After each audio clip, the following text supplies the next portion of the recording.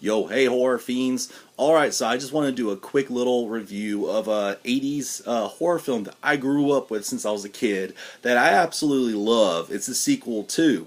Now, I will preface by saying the first one in this franchise was my absolute favorite, and to me is absolutely the best. But this one, hands down, is a fun entry. It's got some good makeup in it, and as a kid, it still scared me, make the makeup in it wise, the creature or the ghouls in it, so to speak. However, I think it's also a good introductory film for a little kid to watch that's getting into horror films, because this film is not R-rated. Anyhow, the film that I'm speaking of is 1980s The Return of the Living Dead Part 2. Boom! Alright, get a load of that cover. I've always loved it. Alright. Like I said, the original, the first one, even though that too had a good bit of mean humor streak in it, this one subdues a lot of the scares for laughs and slapstick and you know, that kind of humor in it.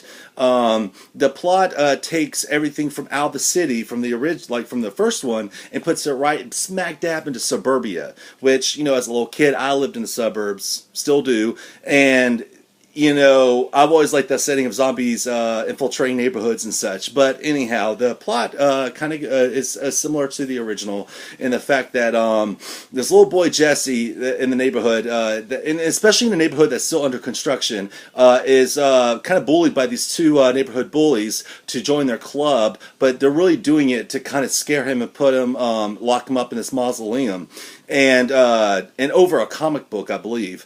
But anyway, so when they try to initiate him in the club and lock him up, he escapes, runs and hides into this little like side sewer stream, and in there he finds nothing other than a tub from the army, you know, with something in it. And we all know, as fans of Return of the Living Dead, those tubs from the army have nothing good about them whatsoever. You know, don't open it, don't unleash it, especially the gases and toxins in it.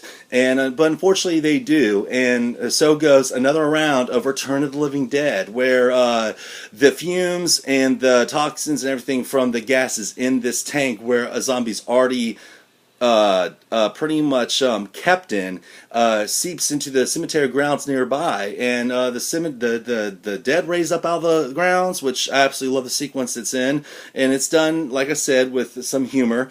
And the zombies come back from the dead, and they infiltrate the town, the suburbs. And the little boy Jesse is on the run with his sister, and this repairman who's a teenager that goes to school with his older sister, and a crazy kooky doc in the neighborhood, and a couple of other characters, and it's just a fun, wild ride the whole time. It's nothing to take too serious. This movie's not to be taken seriously whatsoever.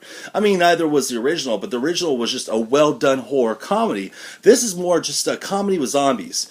And, you know, like I said, it's perfect for anything for children to probably get, like the younger set that's getting into horror, and especially nowadays with zombies being a big hot topic. This is a good introductory movie. Again, it did kind of scare me as a kid, but you know, the ghouls and zombies in this one kind of resemble some of the zombies that you would see from Michael Jackson's Thriller video, which that did in fact in the 80s scared me as well as a kid before I was way into horror films.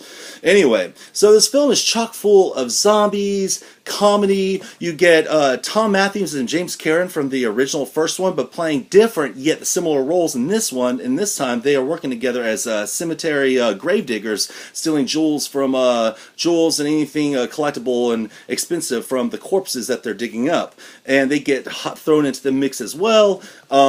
It's got a lot of fun little things in this film. You know, and you get a lot of sight gags and everything from even Michael Jackson Thriller zombie being thrown in there for a good measure.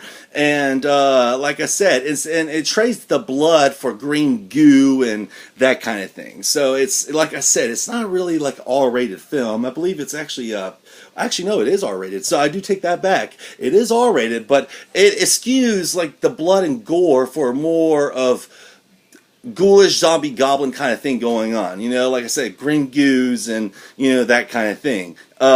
It's a fun film for a kid and even an adult. I still have fun watching this film. Some of the people that were involved with the first one did, I believe, work on this one as well. And it would, like I said, it's really cool seeing the zombies take over in a suburbia setting. I love that, you know, because everything nowadays we see, especially nowadays, is in the city. But so seeing it set in like a suburban city or a suburban setting with small town, that kind of thing, I really fucking dug it. So anyway, give it a chance sometime if you've never seen it. This is my second favorite of the series. There's actually 5 films in it, but to me, the true franchise only has 3.